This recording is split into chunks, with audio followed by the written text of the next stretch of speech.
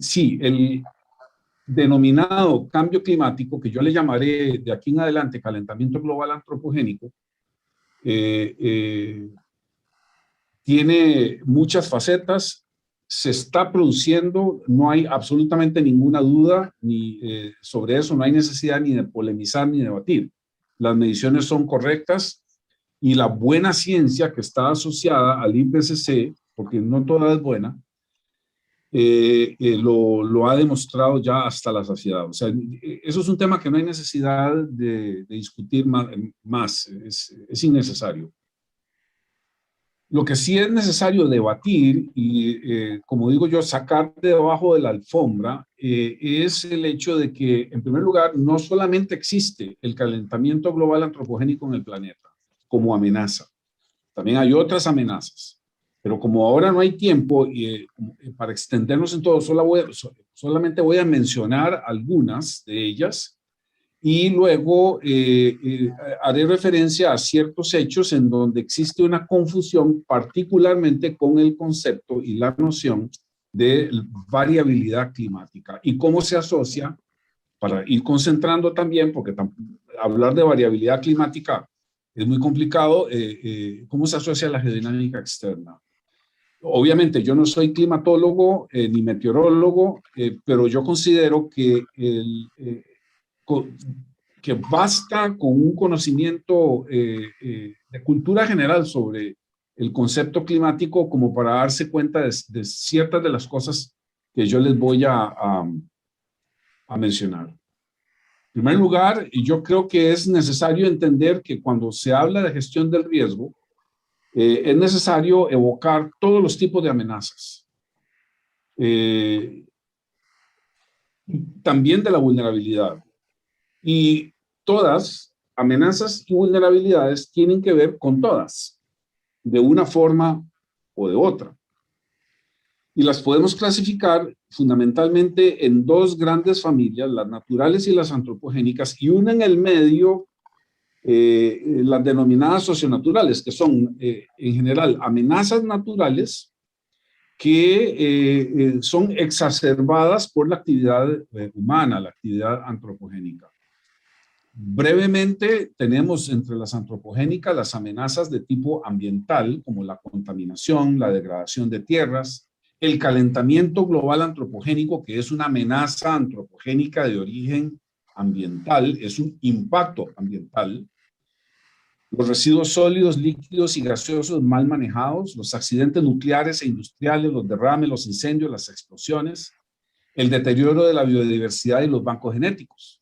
También tenemos amenazas de tipo socioeconómico, por ejemplo, la pobreza y las migraciones. Las amenazas a la salud con o sin intervención humana, hambrunas, epidemias, pandemias, accidentes e inseguridad ocupacional y laboral.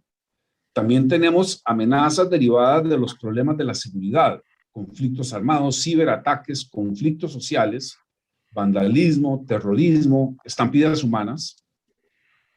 Las hidrometeorológicas y climáticas, ya dentro de la familia de las naturales, podemos mencionar, por ejemplo, aquellas derivadas de las hidrometeorología y del clima en sí mismo, entre ellas la variabilidad y el cambio climático natural, tanto la variabilidad como el cambio climático, la parte natural, los ciclones, sequías, inundaciones, tornados, tormentas de polvo y arena y marejadas.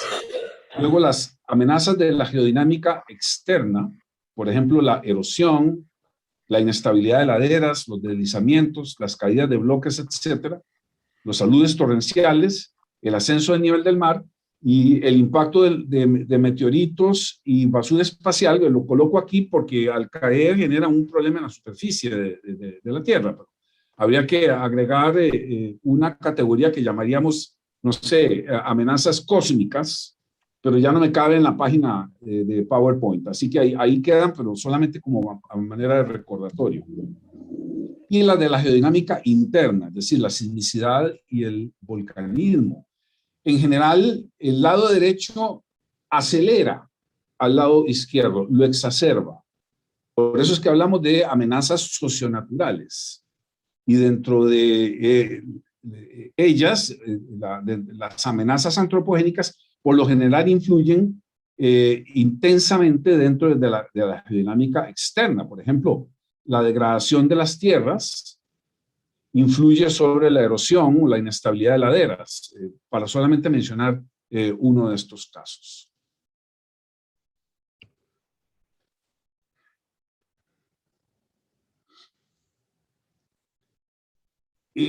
Otra forma de definir los fundamentos de la geodinámica externa consiste en poder desagregar este concepto entre las condiciones estáticas o intrínsecas del terreno, por ejemplo, su litología y su resistencia al corte, el relieve, caracterizado por indicadores de pendiente y de geometría, el agua superficial y subterránea, pero en este caso la que está dentro del terreno de manera semipermanente, que le llamamos humedad prevalente. Y el concepto de la propiedad intrínseca, que en su conjunto adquiere el terreno y en el caso específico de las laderas. Obviamente la forma como evolucionan estos terrenos, estas áreas, por medio de la meteorización. Es decir, es un cambio lento provocado por los agentes meteóricos, el sol, la humedad y la actividad biológica, etcétera, etcétera.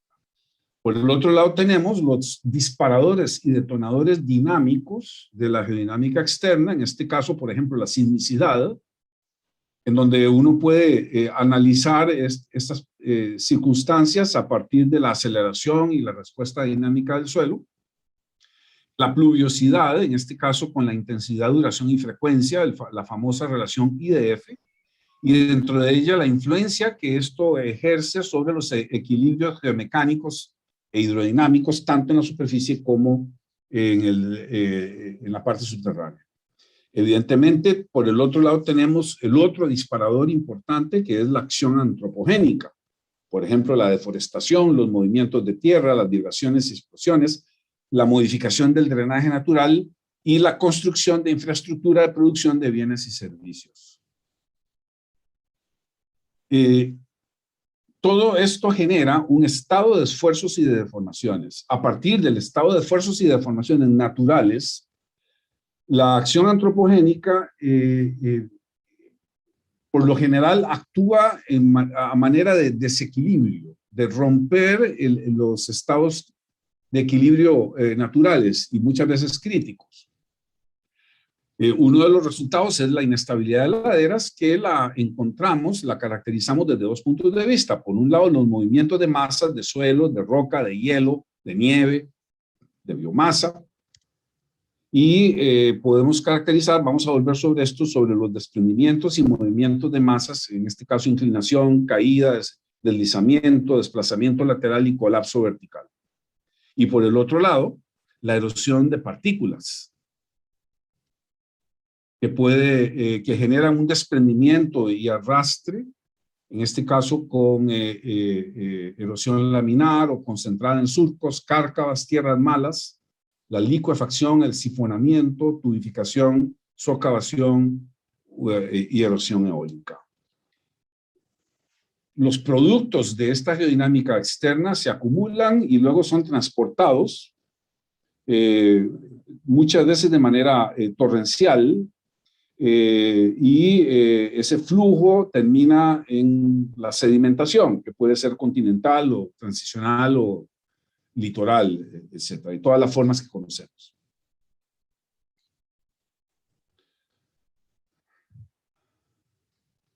Ahora bien, ¿cómo podemos enfocar un poquito sobre la parte de inestabilidad de masas grandes? Es decir, yo he hecho una compilación inicial aquí a partir de los trabajos hechos por autores anteriores que han caracterizado los tipos de movimiento y si esos movimientos en las laderas en general atacan terrenos rocosos o mezclas de detritos rocosos, suelos, biomasa, hielo y nieve, o solamente suelos finos, y la forma como se movilizan esas masas, por caída libre, por fragmentación y propagación, o pueden ser bloques que se inclinan, basculan, se fragmentan y se propagan. deslizamientos que pueden ser planares o superficies más o menos planas, rotacionales, prismáticas o irregulares, la separación y desplazamiento lateral de tanto de suelos como de rocas o de sus mezclas, los movimientos y tipos complejos y compuestos, o sea que en donde en determinado terreno se presentan varios de los tipos que estamos viendo en este momento. A veces suceden represamientos de cauces fluviales y hay efectos consecuentes, flujos y aludes de detritos torrenciales.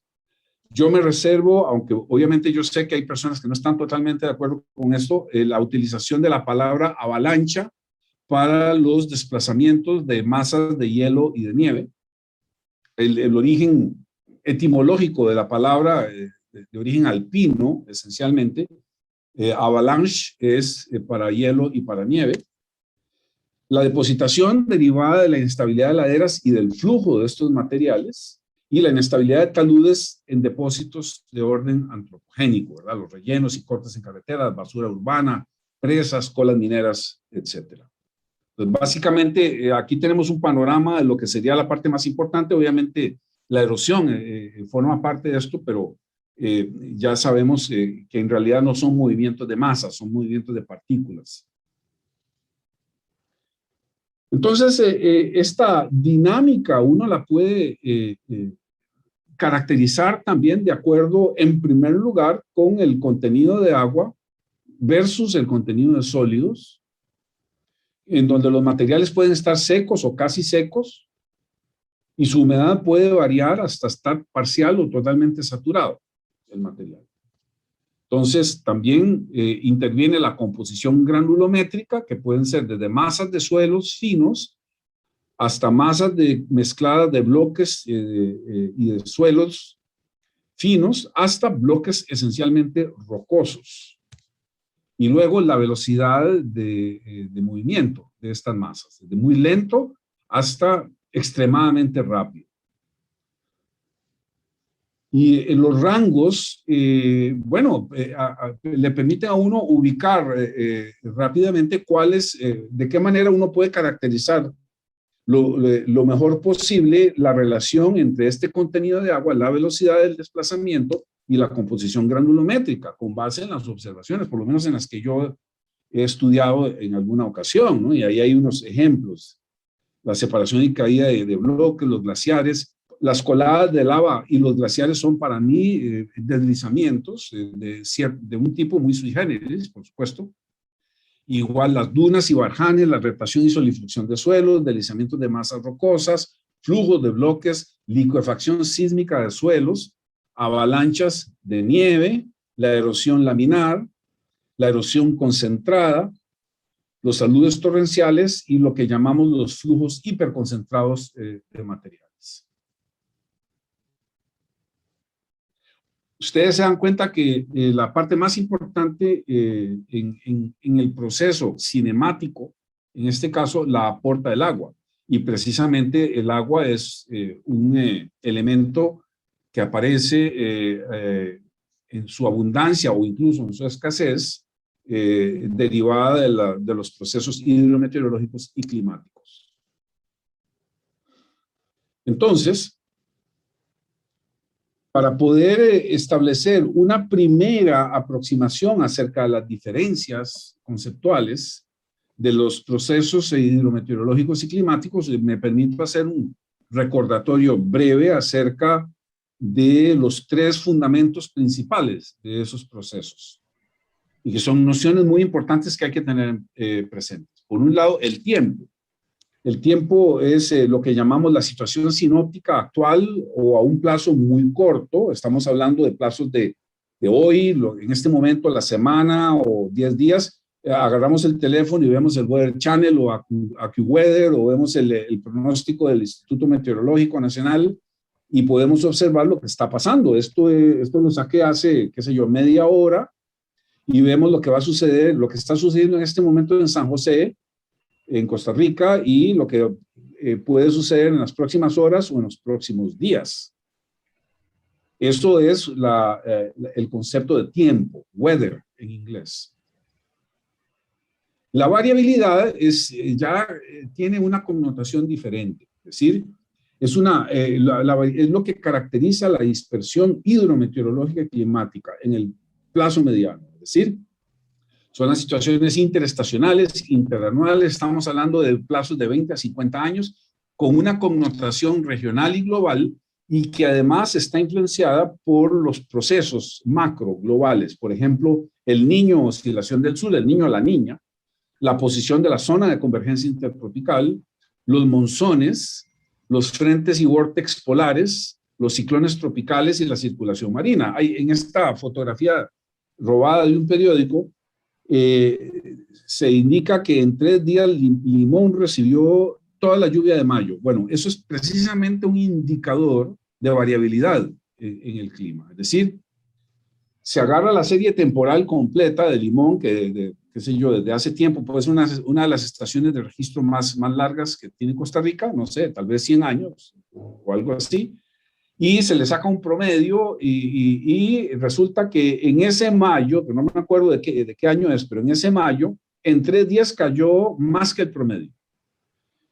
Entonces, eso quiere decir que ese mayo se comportó, varió en su comportamiento con respecto a la serie histórica. Es decir, ya no entró, en inglés eso le puede llamar un outlier, por ejemplo, es un punto externo a una correlación, a una serie muy fina, y que aún así es natural, y a eso es lo que le llamamos la variabilidad climática. El cambio, por el contrario, son las tendencias de plazos largos a muy largos. Aquí estamos hablando de siglos, milenios, millones de años.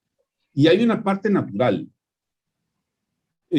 Recordemos que la atmósfera que respiramos en su mayor parte es de origen volcánico. O sea, no sé, puede andar por el orden, tal vez alguien me corrige por ahí, de 80, 85% de nuestra atmósfera es de origen volcánica. El resto es acreción cósmica. Básicamente, ¿no? Y es lo que genera el efecto de invernadero, que también ha sido como un poco satanizado. Ahora todo el mundo dice efecto de invernadero igual cambio climático, igual catástrofe. No, momento. El efecto invernadero es lo que permite la vida en este planeta.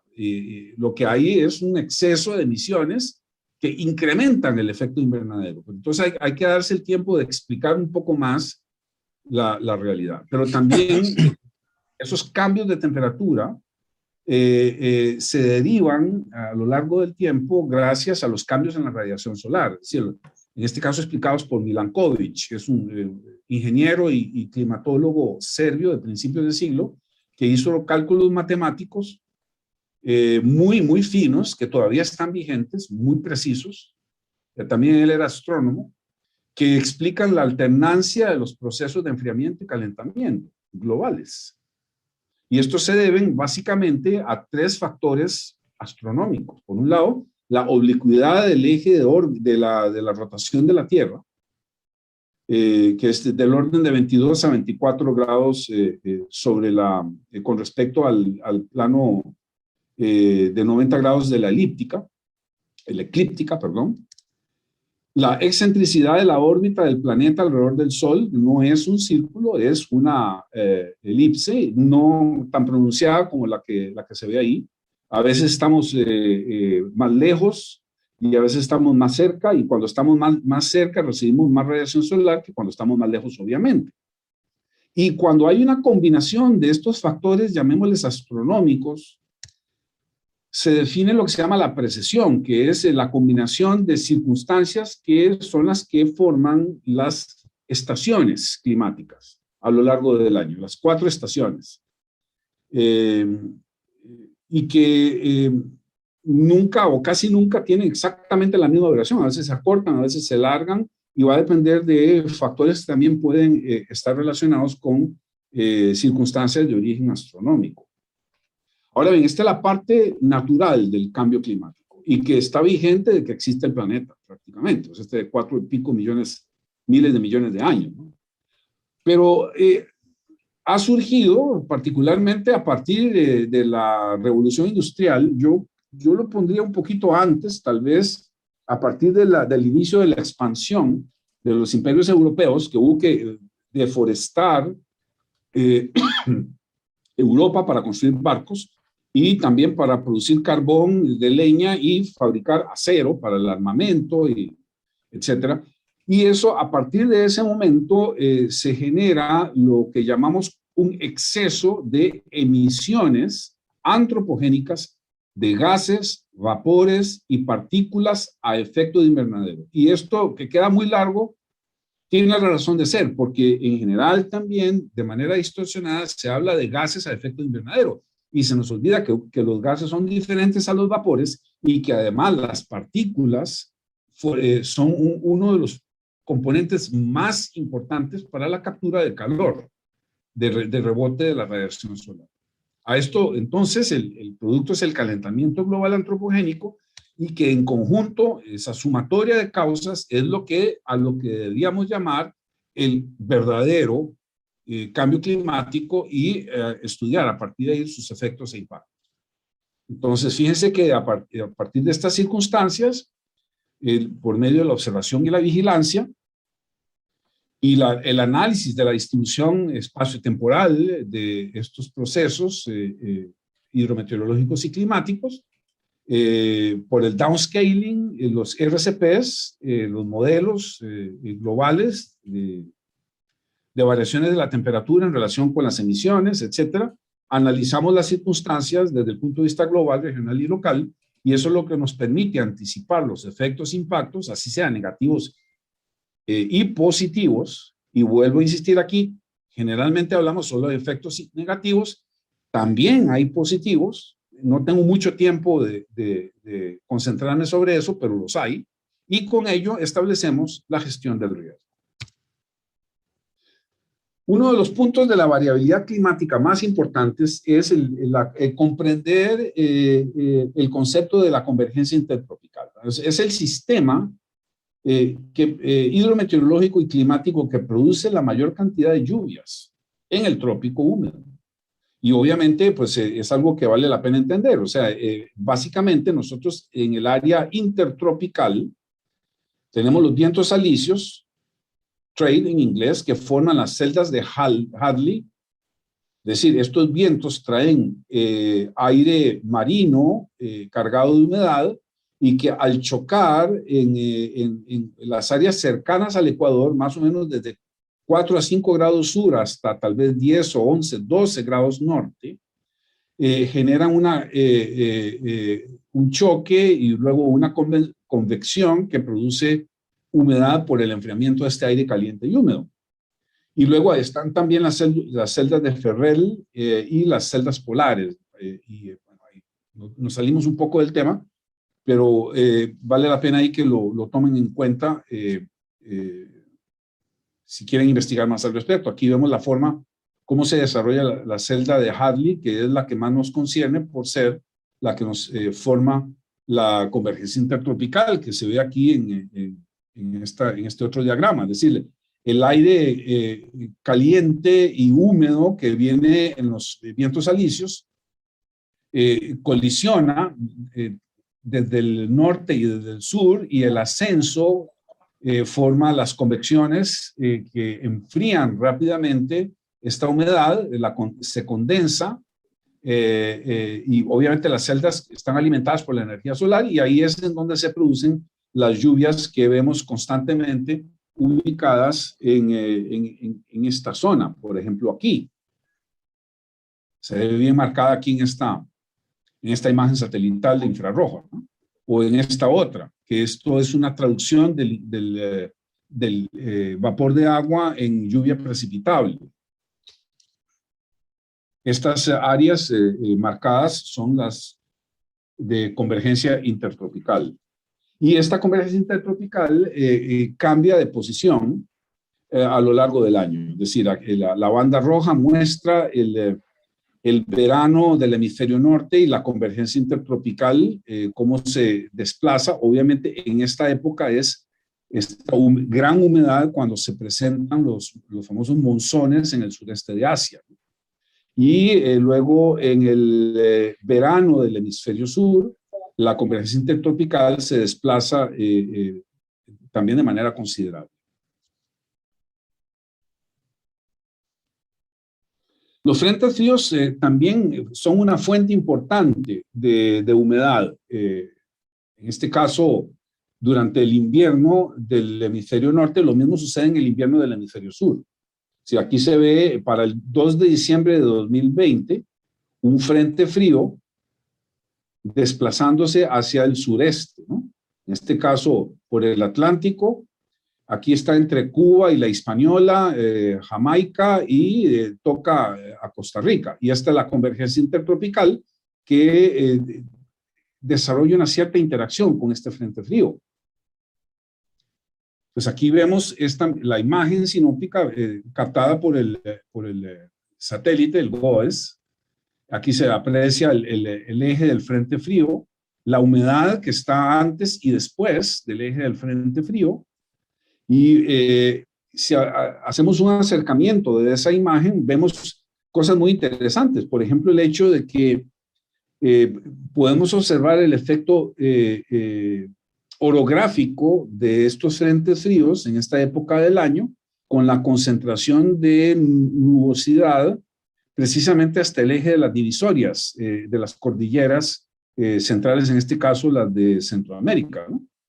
Y por eso es que tenemos precisamente el desarrollo de este tipo de precipitaciones concentradas en la vertiente del Caribe, en este caso de Costa Rica, ¿no? Aquí se ve muy bien la precipitación concentrada en el flanco nororiental de la cordillera de Talamanca, en Costa Rica.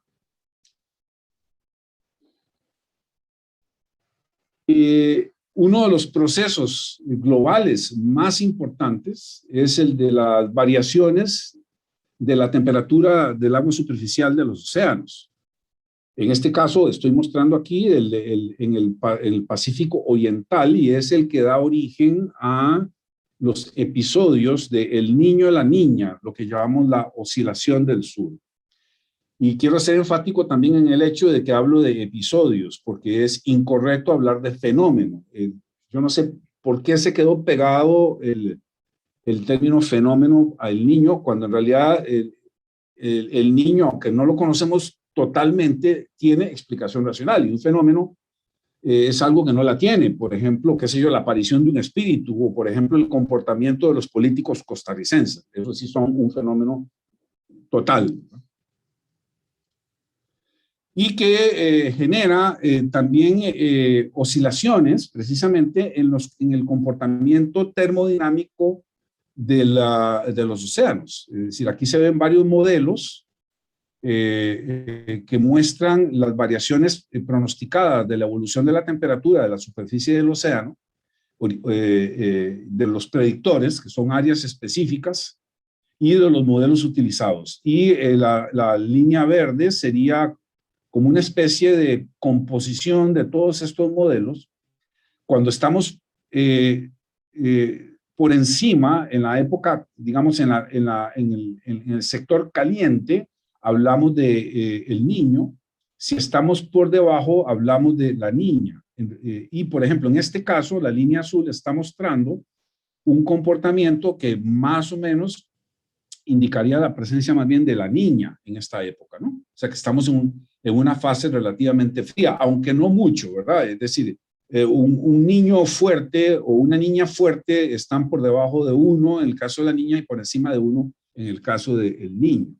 Es una niña bien portada, lo que tenemos en este momento.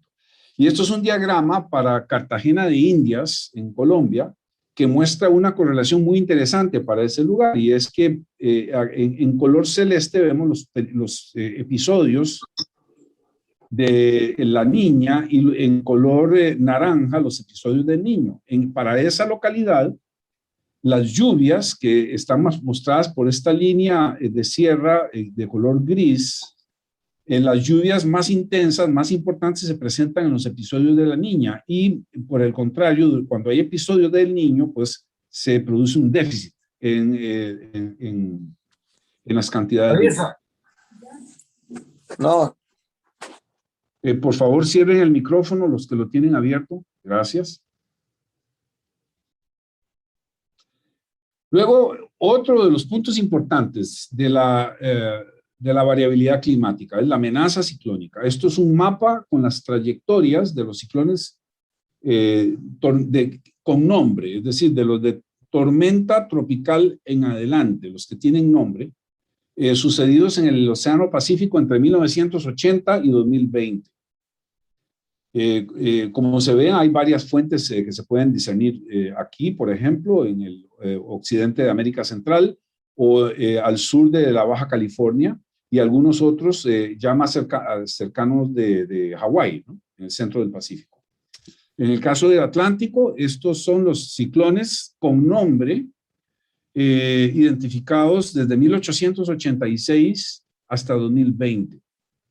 Obviamente hay más porque hay más tiempo de registro con respecto al gráfico de la izquierda, pero también aquí se pueden apreciar varios áreas de origen importante. Por ejemplo, el oeste de la costa africana, o sea, en las islas de Cabo Verde, por ejemplo, otros al este del Caribe, de las islas de las Antillas Menores, luego el sector del Golfo de Honduras, el Golfo de México, y al frente de las Carolinas, en el Atlántico, la costa atlántica estadounidense. Y las trayectorias, tanto en el Pacífico como en el Atlántico, tienen este tipo de curvas debidas a la influencia del efecto de Coriolis, básicamente, ¿no? Y esto es el pronóstico para 2021, publicado también, ¿cuándo fue? El 6 de agosto. El 5 de agosto, perdón, aquí se ve, está la fecha. Y estos son pronósticos realizados con una cantidad impresionante de parámetros y de indicadores, con un esfuerzo informático espeluznante. Esto es hecho por la Universidad de Colorado, ¿no? El equipo de Klossbach y originalmente de toda una serie de personas de mucho renombre, ¿no? Y aquí se ve cómo este pronóstico ha ido cambiando. Aquí, a partir de julio, fue cuando se detectó que la tendencia de la anomalía, de las anomalías que originan la oscilación del sur, iban más bien estaban indicando un pequeño enfriamiento en las aguas del Pacífico, y esto influye en todo lado e hizo caer el pronóstico de 20 a 18 tormentas con nombre, o sea, de 90 días de tormenta a 80. Esto es lo que ha sucedido hasta el 4 de agosto. Y lo que queda de la temporada ciclónica de este año, o sea que todavía estamos apenas empezando, o sea, apenas llevamos 5 ciclones y faltan 13, falta todo el pico de la temporada para el resto de agosto, septiembre, octubre y el principio de noviembre, ¿no? Faltan 66 días de tormenta, según esto. 7 huracanes, 33 días de huracán, 4 huracanes que van a tener intensidad 3 o más en la escala de Saffir-Simpson. Aquí se ve la escala de Saffir-Simpson y las categorías desde depresión tropical hasta huracán, que es categoría 5, que está relacionada con la velocidad de los vientos y la presión en hectopascales. Un ejemplo de lo que significa la actividad tropical en el Atlántico y el Caribe. Esto es una imagen de septiembre de 2010. Esto es vapor de agua. Esto es en el mismo momento, o sea, estamos hablando del 10 de septiembre a las 23:15 de la hora internacional coordinada. Una onda tropical, la tormenta tropical Gastón, la tormenta tropical Fiona, una otra onda tropical y el huracán Earl. Y por aquí anda la zona de convergencia intertropical, aproximadamente. Esto es en un mismo momento hay 6 características mayores del tiempo, o sea, la situación sinóptica en ese preciso momento en el Océano Atlántico. Todo esto es variabilidad climática, como lo vamos a ver después, porque esto cambia al año entrante o cambia dentro de 5 años también. Entonces, Algo muy importante es que muestra la variabilidad climática es el comportamiento de los ciclones tropicales año con año. Aquí se ve un indicador de la energía termodinámica liberada o incluso se puede decir más bien asimilada o chupada de los océanos por parte de los ciclones tropicales a lo largo de los años. Es decir, a partir de 1972 se ve la energía ciclónica acumulada. Esto que está encima es para todos los ciclones tropicales y esto aquí para los huracanes, básicamente, ¿no? Fíjense cómo cambia a través de los años. Esto es variabilidad climática, sin duda, nunca es igual, o casi nunca.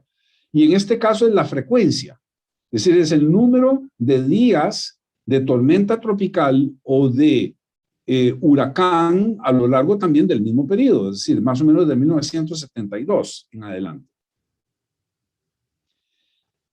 Lo que sí uno puede mostrar es una correlación interesante con las anomalías térmicas registradas, con su línea base sería 1950 a 1960, y las anomalías térmicas registradas y que definen los años en donde hay el niño o la niña o condición neutra, el niño rojo, la niña azul y gris en condición neutra.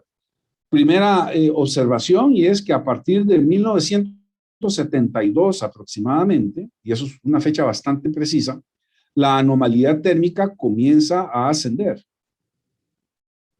Esto es una evidencia, sin dudas, de cambio climático, en donde también sin dudas debe haber una influencia muy importante de las emisiones de gases, vapores y partículas a efecto de invernadero. Lo que uno no ve claro aquí con este ascenso de la anomalía térmica es que esto se refleje de manera constante en estos diagramas. Uno sí puede ver, por ejemplo, que el Niño genera más días de ciclón tropical y más días de energía ciclónica acumulada. Cuando hay rojo, hay picos de actividad ciclónica. Y cuando hay la Niña, es lo contrario. Hay huecos. Pero uno no ve una tendencia semejante al incremento de las anomalías térmicas. Es más o menos lo mismo. O sea, uno podría trazar un promedio y una desviación estándar y eso es más o menos lo que uno ve. Lo mismo aquí en la energía ciclónica acumulada.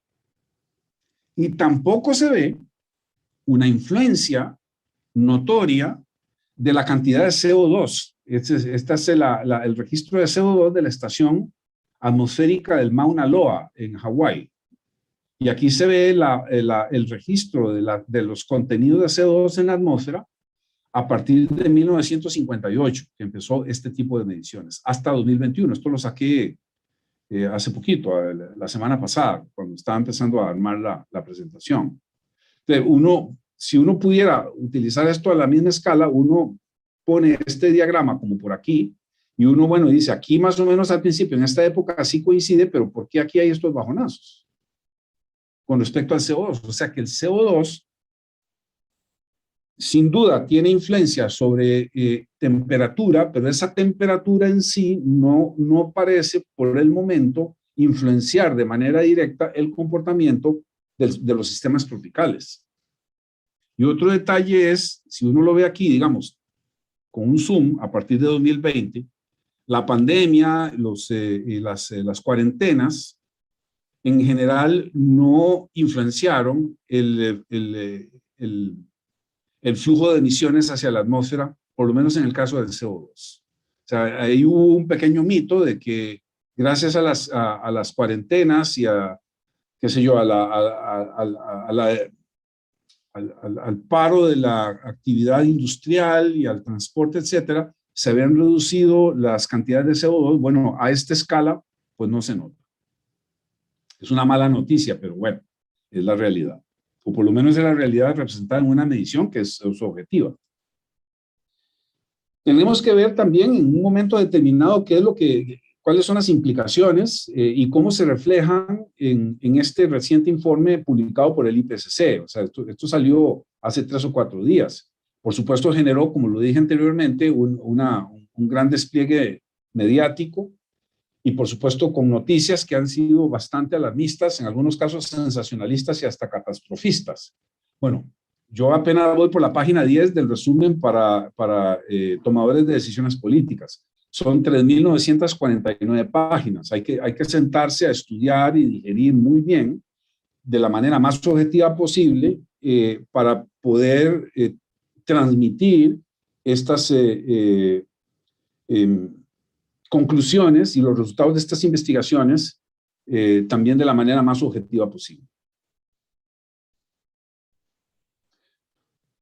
Otro aspecto de la variabilidad climática, las sequías. ¿Cuáles son las variables y condiciones que generan el concepto de amenaza de sequía? La sequía es uno de los elementos resultantes de la variabilidad climática, así como hay en algunas ocasiones excesos de lluvia, en otras ocasiones hay déficit de lluvia. La sequía es entonces una forma de expresión de la variabilidad climática. Y sin embargo, a veces está muy mal comprendida, incluso tergiversada. Para que haya una sequía, que aquí le vamos a llamar sequía meteorológica, es necesario que el déficit y los cambios en la distribución espacial y temporal de la precipitación, particularmente el déficit, se sostenga por lo menos 6 meses. Aquí las lluvias se atrasan 2 meses y todo el mundo habla de sequía, y eso no es una sequía, es un tipo de déficit en el balance hídrico, pero no se le debe llamar sequía. La sequía está catalogada y hay indicadores objetivos muy serios que la definen con base en su duración, en la persistencia y en la intensidad del déficit hídrico. Entonces, también están asociados con los incrementos de la temperatura, del viento y de la radiación solar y reducen la humedad y la nubosidad. Entonces, por lo tanto, se reduce la escorrentía, la infiltración, la percolación y la recarga de los acuíferos y aumentan la evaporación y la evapotranspiración. La evapotranspiración y la evaporación hasta que ya no hay humedad disponible. Y en este caso, pues obviamente, estos dos aspectos, evaporación y evapotranspiración, se reducen considerablemente a partir de cierto momento. Luego aparece un segundo criterio. Si el déficit hídrico en el suelo persiste a lo largo del tiempo y se mantiene intenso, se produce un estrés hídrico en la vegetación y se reduce la biomasa y el rendimiento de las cosechas. A esto se le denomina también sequía agropecuaria. Y luego, se reducen los caudales considerablemente, lo mismo los niveles en lagos, embalses y humedales, y a esto le llamamos sequía hidrológica. Es la más severa de todas. Y una última es la denominada sequía falsa o estructural, y es la que se deriva de un conflicto con la capacidad de uso de la tierra. Es decir, aquí el problema es que posiblemente lo que hay puede ser desde una verdadera sequía hasta a un atraso en las lluvias. Y entonces se echan a perder los cultivos y se muere el ganado. En este caso, el problema no es que se atrase de manera natural la lluvia, sino de que se están utilizando especies de cultivos o variedades de ganado que no están adaptadas a aguantar 2, 3 meses el atraso de las lluvias. Entonces, ante todo esto, se pueden analizar los impactos económicos, sociales y ambientales y orientar la gestión del riesgo. Desbordamientos. Fíjense que todavía no hablo de inundaciones. Por el momento hablemos de desbordamientos. Son el suceso hidrometeorológico más frecuente derivado del exceso de las lluvias, obviamente de los caudales de los ríos, pero también de la ocupación humana de los lechos de los ríos. Y ahí es en donde sí vamos a empezar a hablar de inundaciones. Esto es el río Parrita. Esto es un caso típico de Costa Rica. Así estaba 2 días después de que, a los 2 días de haber pasado el huracán Joan, en octubre del 88, yo anduve sobrevomitando la región, porque todavía había mucha turbulencia en esta área, y así era como estaba el río Parrita, en este caso. Fíjense, los meandros reactivados, el lecho mayor y la llanura de inundación también inundada. Y esto se debe a que precisamente el desorden territorial no toma en cuenta el hecho de que los ríos no son solamente un cauce, sino un sistema fluvial con una red de drenaje, como lo que se ve aquí en el caso de Parrita. Es decir, esto es la salida del río Parrita al abanico coluvial o al fan delta que se ha formado al respecto. O sea, probablemente luego de que terminen las crecientes, el río encuentra un único cauce, pero en realidad todo esto que ustedes ven aquí, estas ramificaciones, son parte del lecho mayor del río, con cauces reactivables, ¿no? Y eso lo podemos apreciar todavía mejor aquí, precisamente al sur de Parrita. Y fíjense, este mismo panorama se presenta una y otra y otra y otra vez en Huracán César, septiembre del 96, Tormenta Alma, 2008, Huracán ETA, 2020. Y una y otra y otra y otra vez gastamos plata construyendo diques, entre comillas, de protección fluvial. Con mis impuestos y los de ustedes, por supuesto, ¿no? Un caso típico, rápidamente, esto es el cauce del río Matanza, Riachuelo, en Buenos Aires. El cauce original es el que aparece aquí en color celeste. El cauce existente es el que se ve aquí verde. Y con el cauce verde, pues bueno, nunca, o sea, yo no sé qué hicieron con ese cauce verde, lo canalizaron el río, pero no impidieron que precisamente se desbordara. Esto es en el sector de La Boca, muy cerca de La Bombonera, el estadio de fútbol. Y resulta que ahora hay un proyectado en rojo que si ya no había suficiente problema, pues bueno, yo creo que lo van a aumentar. Y a esto se le llama el cauce, entre comillas, rectificado. Un eufemismo completo. El incremento de la vulnerabilidad se debe esencialmente, en primer lugar, a la reducción de la capacidad del cauce, a los sistemas de drenaje insuficientes, o sea, la reducción de superficies verdes, el mantenimiento inadecuado, la acumulación de basura, el incremento de la exposición de la actividad económica y desarrollo urbano en lechos mayores. O sea, antiguamente, las ciudades antiguas se concentraban en las áreas altas, normalmente en sitios altos sobre el nivel de las planicies. Y a esto es lo que le llamamos planicie de inundación o lecho mayor. Pero ahora resulta que las ciudades modernas, entre comillas, ocupan el área urbana del lecho mayor. Entonces, bueno, las sorpresas abundan. Es decir, este dibujo que hay aquí, que es bastante infantil, muestra la realidad, por más infantil que sea. Es decir, el río normal, vienen las lluvias, el río se desborda, reocupa su cauce, su lecho mayor, y después cuando las aguas se retiran, vuelve más o menos a la normalidad. En eso llega la, entre comillas, civilización, y rectifican el cauce, entre comillas, y se urbanizan. Después vienen las lluvias, y ese es el tipo de cosas que la verdad uno no entiende. No se aprenden las lecciones. Esto es un Twitter difundido, primero una reflexión de Bertolt Brecht, dice que del río que se lleva todo a su paso, se dice que es violento, pero de las riberas humanas que lo encierran y oprimen, nadie habla de violencia. Y aquí hay un Twitter, pues, bastante, que nos debe llamar a la reflexión, ¿no? De parte de la vicepresidenta de la República, en donde, por supuesto, con la buena intención de ofrecer, de reactivar el acceso a personas aisladas por las inundaciones estas que hubo en el Caribe, dice que lo que están haciendo es trabajar en la corrección del cauce del río para luego avanzar en la reconstrucción del puente.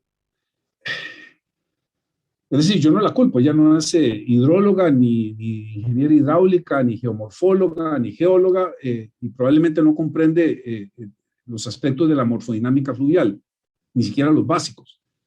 Pero corregir el cauce de un río a mí me parece un concepto que es como complicado. Dejemos algo claro, en situaciones de desorden territorial, el riesgo se construye más por la vulnerabilidad y exposición que por la amenaza. Esto es Ciudad Neily en diciembre de 2012. Comparen con mayo de 2020. Y ahí vemos que poco a poco se va invadiendo el lecho mayor del río Caño Seco. Y la lección no se aprendió. Esto es el barrio de La Fuente de Ciudad Neily, luego del desbordamiento del río Caño Seco en octubre es octubre del 88, no 98. Este dique de, entre comillas, protección fluvial se rompió aquí, pero no se rompió más abajo. O sea, el dique más bien actuó como una represa, si se quiere. Inundó esta parte de aquí y murieron, no me acuerdo si eran 20 y pico de personas. Y vean lo que es el barrio de La Fuente hoy. Marzo del 2020. El dique, entre comillas, reconstruido, el cauce rectificado y el evidente desorden de la expansión urbana en esta área.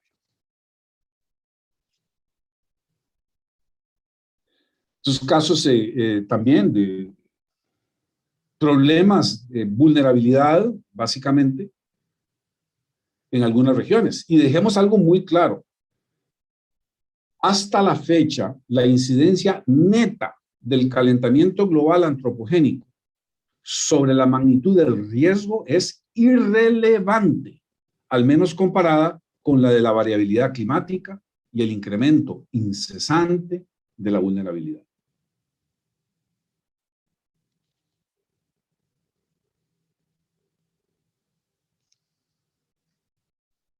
No necesitamos, entre comillas, cambio climático para que aquí haya desastres.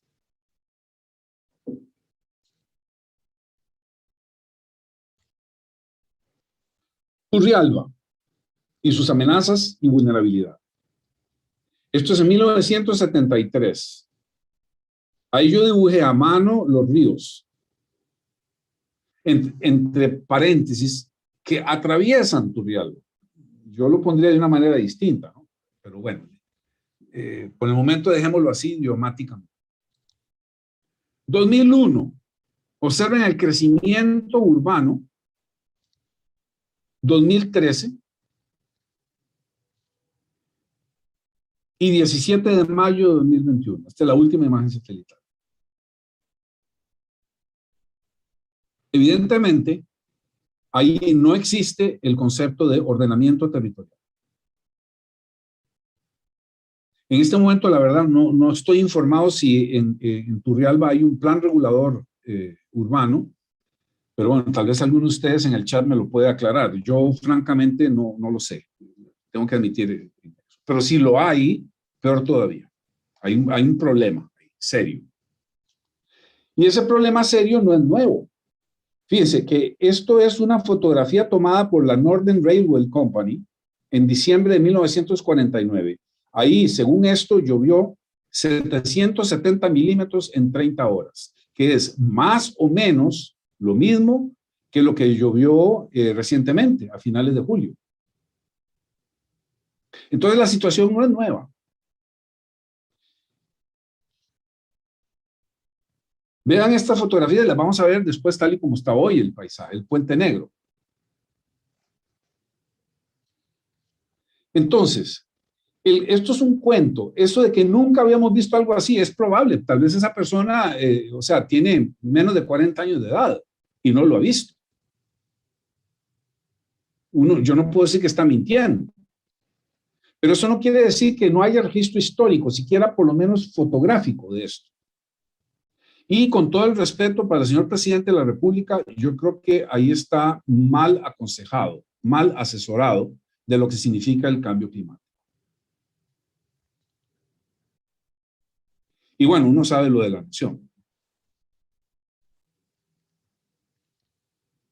Afortunadamente ya el Instituto Meteorológico aclaró, el señor Poleo, aclaró que esto sucedido en Turrialba no tiene relación con el cambio climático. Es variabilidad climática. Y veamos, 1997.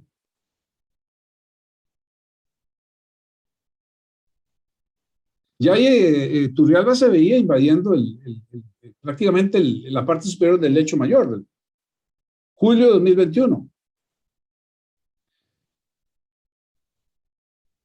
¿Y por qué le pueden echar la culpa a la lluvia? O peor aún, al cambio climático. Ahí está clarísimo el origen del problema. Es el desorden territorial.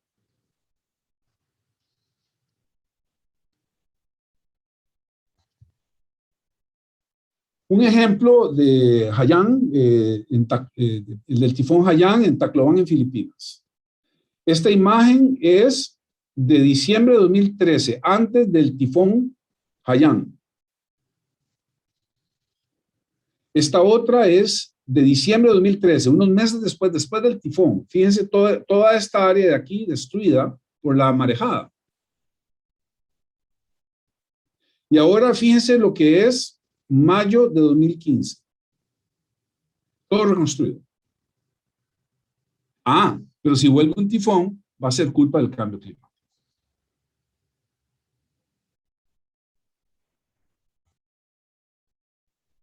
La GAM en Costa Rica. Esto es diciembre de 1984.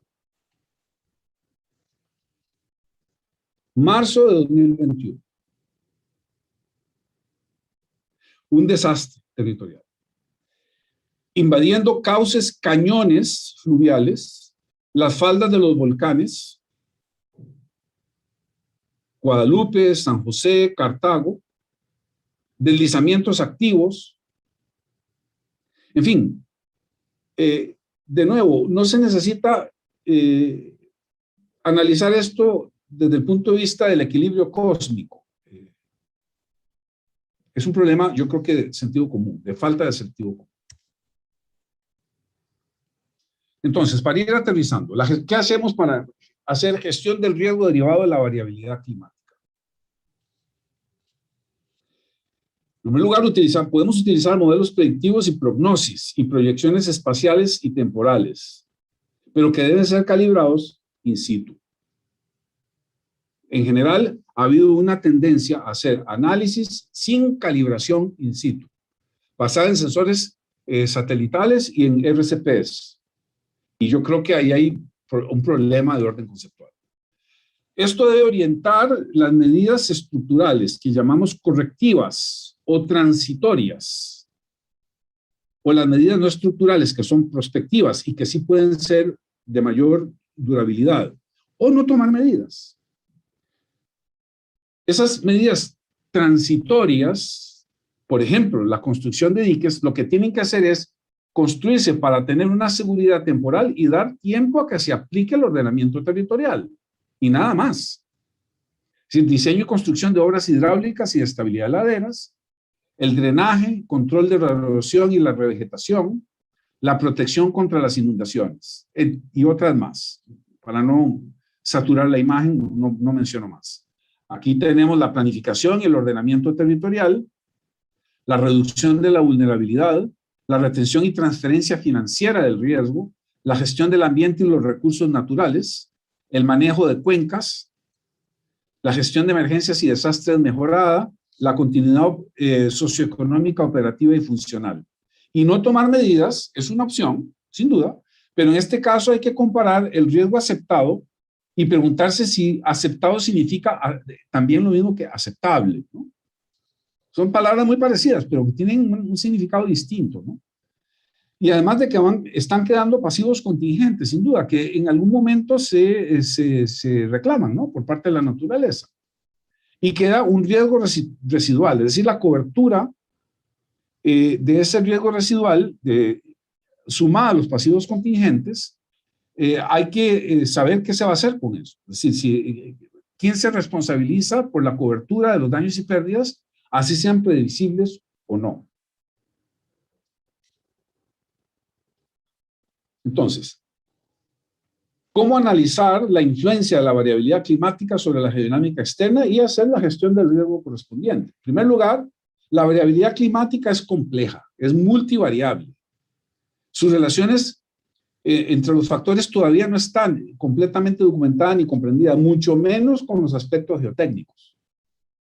La escasez de datos e información adecuada en los países en vías de desarrollo impide la realización de análisis, cálculos, modelos y escenarios probabilísticos robustos con incertidumbres tolerables. Bueno, muchas veces hay que empezar a entender qué significa incertidumbre, por ejemplo, la incertidumbre epistémica, entre otras, ¿no?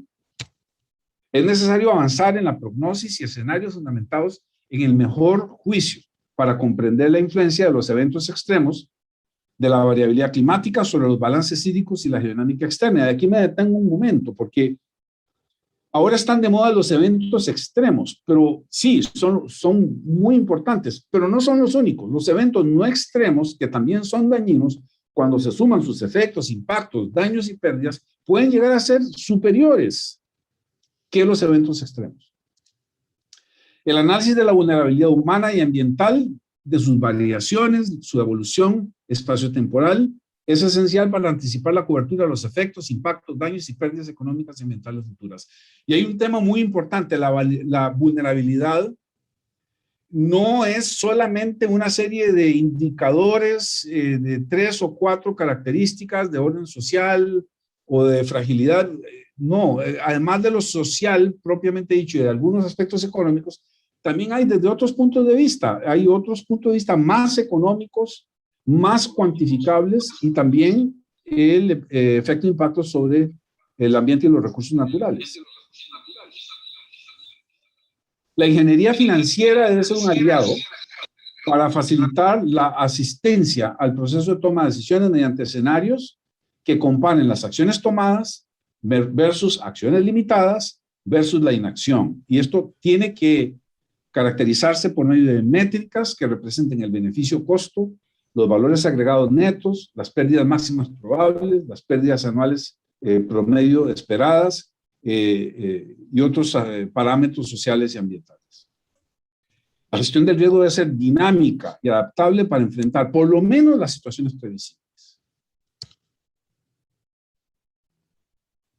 Y bueno,